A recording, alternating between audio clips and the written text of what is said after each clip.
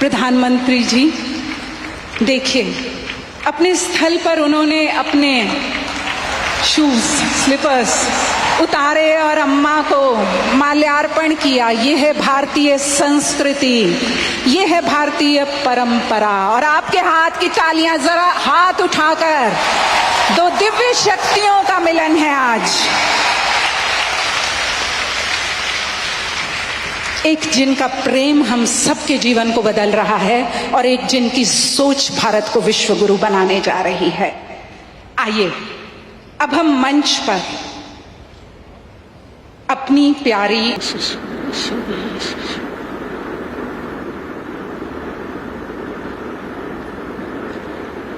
प्रेम स्वरूपी और आत्मस्वरूपी आप सभी के प्रणाम। Amma bows down to all of you who are the embodiments of pure love and universal consciousness. ഇതൊരു സമർപ്പണത്തിന്റെ ദിനമാണ്. ഭാരതത്തിന്റെ ആദരണീയനായ പ്രധാനമന്ത്രി ശ്രീ നരേന്ദ്രമോദി, ലോകത്തിന്റെ നാനാകത്ത് ഭാഗത്ത് വന്ന വിശിഷ്ട വ്യക്തികളെ ഈ മഹാസദസ്സിനെ സാക്ഷി നിർത്തി ഈ സ്ഥാപനം ലോകത്തിന് സമർപ്പിക്കുകയാണ്. ലോക നന്മയ്ക്കായി നടത്തുന്ന ഈ ആത്മസമർപ്പണത്തിൽ നിങ്ങളെ എല്ലാവരെയും പോലെ അമ്മയ്ക്കും സന്തോഷമുണ്ട്. ഈ അവസരത്തിൽ നമ്മുടെ ഹൃദയപൂർവ്വമുള്ള ഒരു പ്രാർത്ഥന ഇതാണ്: എല്ലാവരും ആരോഗ്യമുള്ളവരായിരിക്കട്ടെ, ആരും ഈശ്വരനെ മറക്കാതിരിക്കട്ടെ, എല്ലാവരും കഴിയുന്നത്ര സഹജീവികളെയും പ്രകൃതിയും സ്നേഹിക്കാനും സേവിക്കാനും കഴിയട്ടെ, ലോകത്തിലെല്ലാവർക്കും സുഖവും ശാന്തിയും ഉണ്ടാകട്ടെ, ലോകാസമസ്ത സുഖനോ ഭവന്തു എന്നുള്ള മന്ത്രം എല്ലാവരിലും ഉറയ്ക്കട്ടെ. സാഹചര്യങ്ങളുടെ സമ്മർദ്ദവും ജീവിത വിവൃത്തിയ മറ്റു വെല്ലുവിളികളും സഹിക്കാൻ കഴിയാതെ വരുമ്പോഴാണ് പലരും ഈശ്വരനെ ആശ്രയിക്കുന്നത്, ക്ഷേത്രങ്ങളിലോ ആരാധനകളോ പോകുന്നത്, ഈശ്വരനോട് ഹൃദയം ഉരുകി പ്രാർത്ഥിക്കുന്നത്. ഹൃദയം ഉരുകി പ്രാർത്ഥിക്കുമ്പോൾ മറ്റെങ്ങും കിട്ടാത്ത ഒരു സുഖവും ശാന്തിയും ലഭിക്കും. വലിയൊരു ഭാരം ഇറക്കി വെച്ച ആശ്വാസം ഉണ്ടാകും. എന്നുവെച്ചാൽ ഈശ്വരൻ എല്ലാം കാണുകയും കേൾക്കുകയും അറിയുകയും ചെയ്യുന്നു, ഒരു മാർഗം കാട്ടിത്തരും എന്ന വിശ്വാസമാണ് ഈ അനുഭവത്തിന് കാരണം. ആദരസേവനത്തിനായി സ്ഥാപിച്ച ഈ സ്ഥാപനത്തെ ഒരു ക്ഷേത്രമായി കാണണം. ഈശ്വരനോട് അല്പം കാരുണ്യത്തിന് കനിവിന് വേണ്ടി യാചിക്കുന്ന ഭക്തന്മാരെ പോലാണ് ഡോക്ടർ അടുത്ത് വന്ന രോഗികൾ. തീവ്രമായ ഒരു ദുഃഖാവസ്ഥയാണ് രോഗം. ക്ഷമയോടും സ്നേഹത്തോടുമുള്ള പരിചരണം ഏറ്റവും കൂടുതൽ അർഹിക്കുന്നവരാണ് അവർ ക്ഷമയോടും സ്നേഹത്തോടും ഉള്ള സഹകരണം ഏറ്റവും കൂടുതൽ അർഹിക്കുന്നവരാണ് അവർ. അവരുടെ അഭയവും ആശ്രയവും ആശ്വാസ കേന്ദ്രമാണ് ആസ്പത്രികൾ. ഒരു രോഗിയെ സംബന്ധിച്ചിടത്തോളം ഡോക്ടർമാർ കാണപ്പെട്ട ദൈവമാണ്. കാരണം വേദനിക്കുന്ന സമയത്ത് ആശ്വാസം കൊടുക്കാൻ പറ്റുന്നത് ഡോക്ടർമാരാണ്. അതുകൊണ്ട് ആതുരസേവനത്തിനായി തയ്യാറായി നിൽക്കുന്ന ഡോക്ടർമാരും നഴ്സുമാരും മറ്റെല്ലാ ജീവനക്കാരും ഹൃദയം തുറന്ന് ചിരിക്കുന്നവരായിരിക്കണം, നല്ല വാക്ക് പറയുന്നവരായിരിക്കണം, അവരുടെ കണ്ണിലും വാക്കിലും സ്പർശത്തിലും മൃദുലതയുണ്ടായിരിക്കണം, നല്ല കേൾവിക്കാരായിരിക്കണം, അവരുടെ മനോദലം അറിഞ്ഞ് പ്രവർത്തിക്കുന്നവരായിരിക്കണം. തീർച്ചയായും ഡോക്ടർമാർ അത് ചെയ്യുന്നുണ്ട്, എങ്കിലും അത് പറയുന്നേ ഉള്ളൂ. ഈശ്വരന്റെയും മനുഷ്യന്റെ ഇടയിൽ വർദ്ധിക്കുന്ന പാലമാണ് ഡോക്ടർമാർ. അതുകൊണ്ട് ഒരു നല്ല ഡോക്ടർ ആധുനിക വൈദ്യശാസ്ത്ര കണ്ടുപിടുത്തങ്ങളിലും വിശ്വസിക്കുന്നത് പോലെ തന്നെ ഈശ്വരന്റെ അത്ഭുതങ്ങളിലും വിശ്വസിക്കാൻ തയ്യാറാകണം എന്നുള്ള. സകല ജീവജാലങ്ങളും ഈശ്വരാകുന്ന ആ മഹാശക്തിയുടെ അംശങ്ങളാണ്. അന്തർയാമിയായ വിഷയത്തിന് മുമ്പിൽ വിനയപൂർവ്വം നമിച്ചാൽ ആ പ്രഭാവം നമ്മളിലേക്ക് ഒഴുകിയെത്തും. അപ്പോൾ ഉള്ളിൽ നിറഞ്ഞു തുളുമ്പും. അപ്പോഴാണ് ഈശ്വരന്റെ അത്ഭുതങ്ങൾ നമ്മളിൽ കൂടി നടക്കുന്നത്. ഒരു ടാങ്കിലെ വെള്ളം മുഴുവനും ചെറിയ പൈപ്പ് കൂടെ പുറത്തോട്ട് കൊടുക്കുന്ന പോലെ അവിടുത്തെ ശക്തി നമ്മളോട് ജനങ്ങളിലേക്ക് എത്താൻ സാധിക്കും. നമ്മൾ റോഡിൽ കൂടി വണ്ടി ഓടിച്ച് പോകുമ്പോൾ രാത്രി കാലങ്ങളിൽ 2 വശം തൂണുകൾ കാണാം, അത് ചെറിയ പെയിന്റ് പുരട്ടിയിരിക്കും. അപ്പോൾ ആ പെയിന്റ് കാറിന്റെ പ്രകാശം തട്ടി പ്രകാശിക്കും. അപ്പോൾ വഴി തെളിഞ്ഞ് കാണും, ആൾക്കാരുണ്ടോ ഇല്ലയോ എന്ന്. അങ്ങനെ വണ്ടി ഓടിച്ചു പോകും. അപ്പോൾ തൂണ് പറയാണ്, എൻ്റെ പ്രകാശം കൊണ്ടാണ് ഈ വണ്ടി ഓടുന്നത്. ഇതുപോലാണ് നമ്മൾ, അവിടുത്തെ ശക്തി കൊണ്ടാണ് നമ്മൾ പ്രവർത്തിക്കുന്ന ബോധം നമ്മൾ വളർത്തിയെടുക്കണം. നമ്മൾ കൊട്ടുവായിടാൻ വാ തുറന്നാൽ അത് പിന്നെ അടയ്ക്കണമെന്ന് പിന്നെ ശക്തിയുടെ അനുഗ്രഹം നമുക്ക് വേണം. ओम अमृतेश्वरी नमः। आज का दिन समर्पण का दिन है। माननीय प्रधानमंत्री जी श्री नरेंद्र मोदी जी, विश्व भर से यहाँ पधारे गणमान्य सज्जनों तथा सम्मानित अतिथियों की इस सभा के साक्षित्व में हम इस संस्था का लोकार्पण करने जा रहे हैं। आप सभी की तरह अम्मा को भी विश्व कल्याण हेतु इसे समर्पित करते हुए बहुत हर्ष हो रहा है। इस अवसर पर अम्मा की यह हार्दिक प्रार्थना है, सब स्वस्थ रहें, कोई ईश्वर की शक्ति को भूले ना, सब यथाशक्ति सभी जीवों से प्रेम व सेवा करें, विश्व के सब लोग सुखी और शांत रहें। ओम लोका समस्ता सुखिनो भवन्तु, ये मंत्र सबके हृदय में बैठ जाए।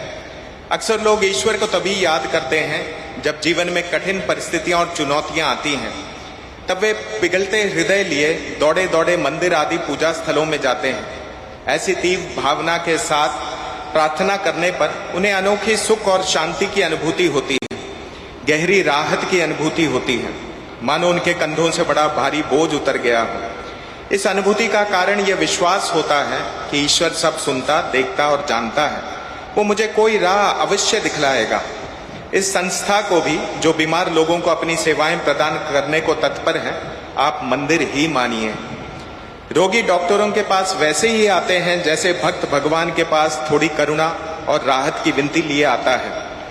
रोग एक निराशाजनक दुख की स्थिति है। रोगी जन धैर्य व प्रेम पूर्वक सेवा के पात्र होते हैं। उनके लिए हॉस्पिटल एकमात्र आश्रय व शरण स्थल होता है।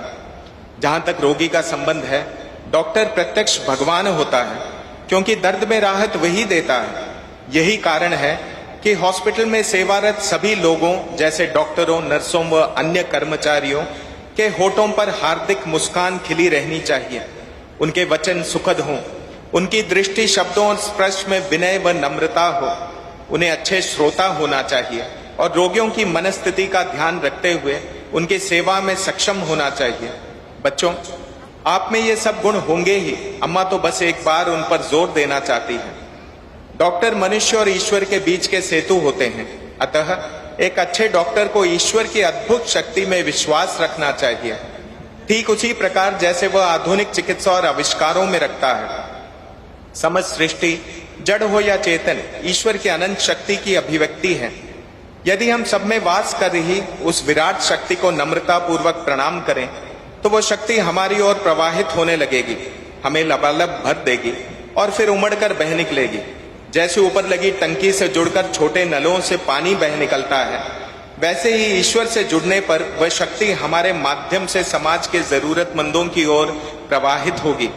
ऐसे में ही तो चमत्कार होते हैं। हम सबने हाईवे पर रिफ्लेक्टिव पेंट से पुते हुए खंबे देखे हैं। रात को हमारे वाहन का प्रकाश खंबे पर पड़कर परावर्तित होता है।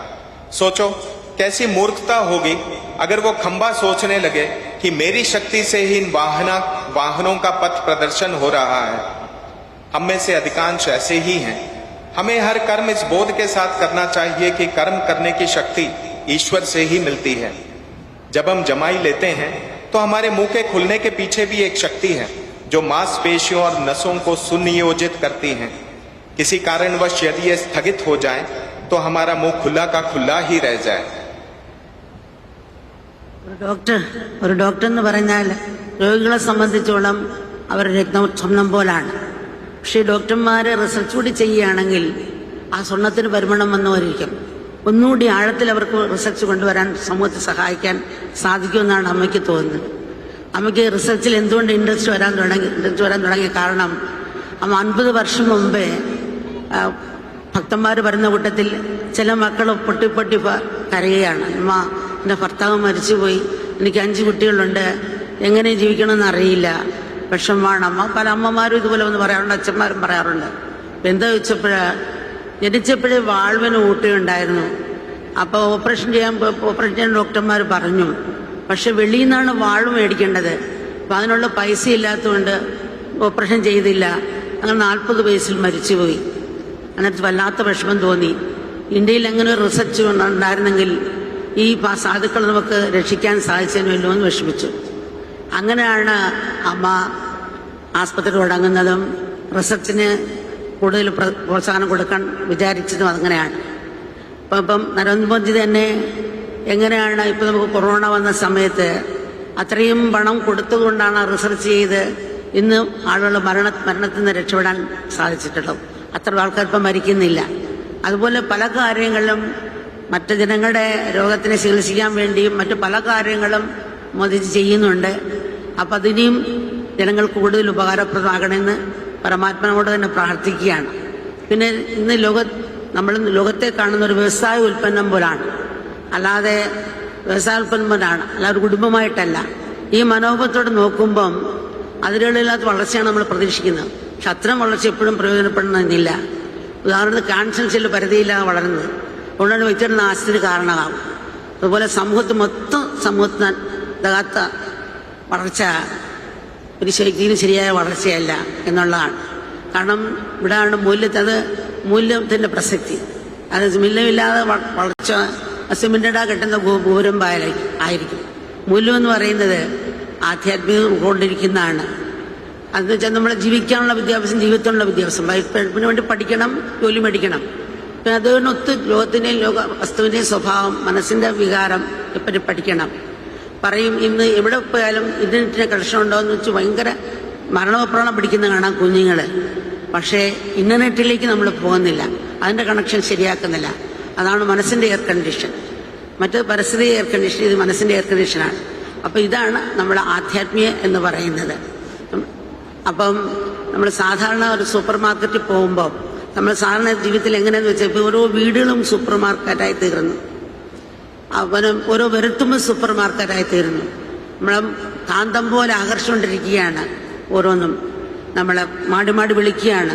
ഈ ആഗ്രഹങ്ങളുടെ പുറകെ പോയാൽ ഒരിക്കലും 100% ശാന്തി കിട്ടിയില്ല. അത് ആകാശത്തൊട്ട് കക്ഷത്ത് വെക്കുന്ന പോലാണ്. ആഗ്രഹങ്ങളും ആവശ്യവും രണ്ടും വ്യത്യാസമുണ്ട്. ഇപ്പൊ 10 ലക്ഷം ഡോളറിന്റെ വാച്ചിട്ടാലും 10 ലക്ഷം രൂപയുടെ വാച്ചിട്ടാലും സമയം അറിയും, 1000 രൂപയുടെ വാച്ചിട്ടാലും സമയം അറിയും. ഇതുപോലാണ് ആഗ്രഹവും ആവശ്യം തമ്മിലുള്ള വ്യത്യാസം. അപ്പൊ ഇത് മനസ്സിലാക്കി നമ്മൾ ലോകത്തിന്റെ സ്വഭാവത്തെ മനസ്സിലാക്കി നമ്മൾ ജീവിച്ചാൽ തീർച്ചയായിട്ടും മുന്നോട്ട് മറ്റുള്ളവരെ സഹായിക്കാൻ സാധിക്കുമെന്നാണ് നമുക്ക് തോന്നുന്നത്. സാധാരണ ഒരു പുഷ്പത്തിന്റെ മണം അത് വീശുന്ന ദിശയിലേക്ക് മാത്രമേ പോകുള്ളൂ. സ്നേഹത്തിന്റെയും സേവനത്തിന്റെയും പരിമണം അത് എല്ലായിടത്തും ഒരേപോലെ പടരുമെന്നാണ്. ഇത് പറയുമ്പോൾ ഒരു സംഭവം നമ്മൾ ഓർക്കുകയാണ്. 50 വർഷം 60 വർഷം മുമ്പേ 55 വർഷം മുമ്പേ 1 കിലോമീറ്റർ അപ്പുറത്തുള്ളൊരു ഹോസ്പിറ്റലുണ്ട്. അവിടെ ഇളയ സഹോദരനെ കൊണ്ടുപോയി. അവിടെ ചെന്ന് കയറുമ്പം ഒരമ്മ, 40 വയസ്സുള്ള അമ്മ, മൂത്രത്തിൽ കല്ല് വന്ന് മൂത്രം പോകാതെ കിടന്ന് വെള്ളിവെക്കുകയാണ്. കിടന്നിങ്ങനെ ഉരുളുകയാണ്. ചുറ്റും കുറച്ച് പേര് കൂടി നിൽപ്പുണ്ട്. അപ്പം ഞാൻ ഇളയ ആങ്ങളെയും കൊണ്ട് ഡോക്ടറെ അടുത്ത് പോയി. തിരിച്ചു വരുമ്പോഴും ഒരു വെളിവെച്ചുകൊണ്ട് ഉരുളുകയാണ്. അപ്പം എന്താന്ന് വെച്ചപ്പോൾ അന്നത്തെ കാലത്ത് ഒരു സൂചി കൊണ്ടാണ് എല്ലാവരും ഇഞ്ചക്ഷൻ എടുക്കുന്നത്. ആ സൂചി ഒരാൾക്ക് എടുക്കും, പിന്നെ ചൂടുവെള്ളത്തിൽ തിളപ്പിക്കും, പിന്നെ അടുത്ത ആൾക്ക് എടുക്കും, പിന്നെയും ചൂടുവെള്ളത്തിൽ തിളപ്പിക്കും. പക്ഷെ കറണ്ട് ഇല്ലെങ്കിൽ പിന്നെ ആർക്കും ഇഞ്ചക്ഷൻ എടുക്കില്ല. പിന്നെ ഇഞ്ചക്ഷൻ എടുക്കണമെങ്കിൽ രോഗികളാണ് മേടിച്ചു കൊടുക്കേണ്ടത്. 10 പൈസയാണ് സ്പിരിറ്റ്. അത് മേടിച്ചു കൊടുത്താൽ ആ സൂചി കഴിയിട്ടാണ് ഇഞ്ചക്ഷൻ എടുക്കുന്നത്. ഈ സ്ത്രീക്ക് 10 പൈസ ഇല്ലാത്തതുകൊണ്ടാണ് ആ 4 മണിക്കൂർ മൂത്രം പോകാതെ കിടന്ന് വെളിവെച്ചത്. അപ്പം ഇത് ഓരോന്ന് നമ്മൾ മനസ്സിലാക്കണം. മറ്റുള്ള ഇതെടുക്കുമ്പോഴും മറ്റുള്ള ലോകത്തേക്ക് ഒന്ന് ചുറ്റും നോക്കുന്നത് നല്ലതായിരിക്കും നമുക്ക് തോന്നുന്നു. ഒരു കുഴിയേര ഇണചേരുന്ന കുട്ടികളെ സൃഷ്ടിക്കുന്നു, മരിക്കുന്നു. അതിനപ്പുറം നമ്മൾ എന്ത് ചെയ്യുന്നു? കുഴിയേര പിന്നെയും മണ്ണിന് വളമാകുന്നു. നമ്മൾ മരിക്കുമ്പോൾ ഭൂമി കെമിക്കലിടും, അല്ലെങ്കിൽ അന്തരീക്ഷ പുകം കൊടുക്കും. ഇതാണ് നമ്മൾ ജീവിക്കുമ്പോൾ എടുത്ത് നശിപ്പിച്ചും പോവുകയാണ് നമ്മൾ ചെയ്യുന്നത്. അപ്പം അത് മനസ്സിലാക്കി നമുക്ക് എന്ത് ചെയ്യാം? സനാതനത്തിൽ സൂര്യന് മെഴുതിയുടെ ആവശ്യമില്ല. സെട്ടി സെട്ടാവാൻ രണ്ടല്ലാന്ന് എപ്പോഴും പറയും. ഒരു പ്ലെയിൻ്റെ എഞ്ചിൻ കേടാലും പറക്കാൻ പറ്റില്ല, സ്കൂളിലും പറക്കാൻ പറ്റില്ല. അതുപോലെ എല്ലാത്തിനെയും ഈശ്വരനെ കണ്ട് സ്നേഹിക്കാനും സേവിക്കാനാണ് നമ്മൾ സനാതനം പഠിപ്പിച്ചിട്ടുള്ളത്. വലത് ഇടത് തലോടുന്ന പോലെ ആ ഒരു ഭാവത്തിലാണ് സനാതനം നമ്മളെ പഠിപ്പിച്ചിരിക്കുന്നത്. അപ്പം ഈ ജീവിതം ഒരു നെറ്റ്വർക്ക് പോലാണ്. ഈ പ്രപഞ്ചത്തിനൊരു താളമുണ്ട്, ഈ വിശ്വത്തിന് അതിലെ സകല ജീവിക്കും തമ്മിൽ അഭേദ്യമായ ബന്ധമുണ്ട്. പരസ്പരം ബന്ധപ്പെട്ട് കിടക്കുന്ന നെറ്റ്വർക്ക് പോലാണ് വിശ്വം. 4 പേര് ചേർന്ന് പിടിച്ചിരിക്കുന്ന ഒരാളുടെ കോണിൽ ചലനമുണ്ടായാൽ അങ്ങനെ തരംഗം എല്ലായിടവും പ്രതിഫലിക്കും. അതുപോലെ നമ്മൾ അറിഞ്ഞോ അറിയാതെയോ ഒറ്റയായോ കൂട്ടമായോ ചെയ്യുന്ന എല്ലാ കർമ്മങ്ങളും ഈ പ്രപഞ്ചമാകുന്ന ഒരാളുടെ കൊണ്ട് പ്രതിഫലിക്കുന്നുണ്ട്. അതുകൊണ്ട് അവരും മാറി നമ്മൾ മാറി നടക്കില്ല. അവർ മാറി നമ്മൾ മാറിയാൽ ഈ മാറ്റം കൊണ്ടുവരാൻ നമുക്ക് സാധിക്കും. ജീവിതത്തിൽ ഏറ്റവും വലിയ നഷ്ടം സേവനം ചെയ്യാനുള്ള അവസരം പാഴാക്കുന്നതാണ്. ലോകം മുഴുവൻ ഉറ്റുനോക്കുന്നതും ഒരു വേഴാമ്പലിനെ ദാഹിച്ചു കഴിയുന്നതും നിസ്വാർത്ഥ സേവനം ചെയ്യാനുള്ള സന്മനസ്സുള്ളവർക്ക് വേണ്ടിയാണ്. നമ്മൾ ഈ ഭൂമിയുടെ മാറിൽ മുറിപ്പാടുണ്ടാക്കി പോകേണ്ടവരല്ല, ഭൂമിയുടെ മുടിയിൽ പൂക്കൾ ചാർത്തി പോകേണ്ടവരാണ്. ആ നിഷ്കളങ്കയുടെയും നിസ്വാർത്ഥയുടെയും ഈ പുഞ്ചിരിയുടെ പൂക്കൾ ഒരിക്കലും വാടാതെ കൊഴിയാതെ നിലനിൽക്കാൻ നമുക്ക് എല്ലാവർക്കും കഴിയട്ടെ.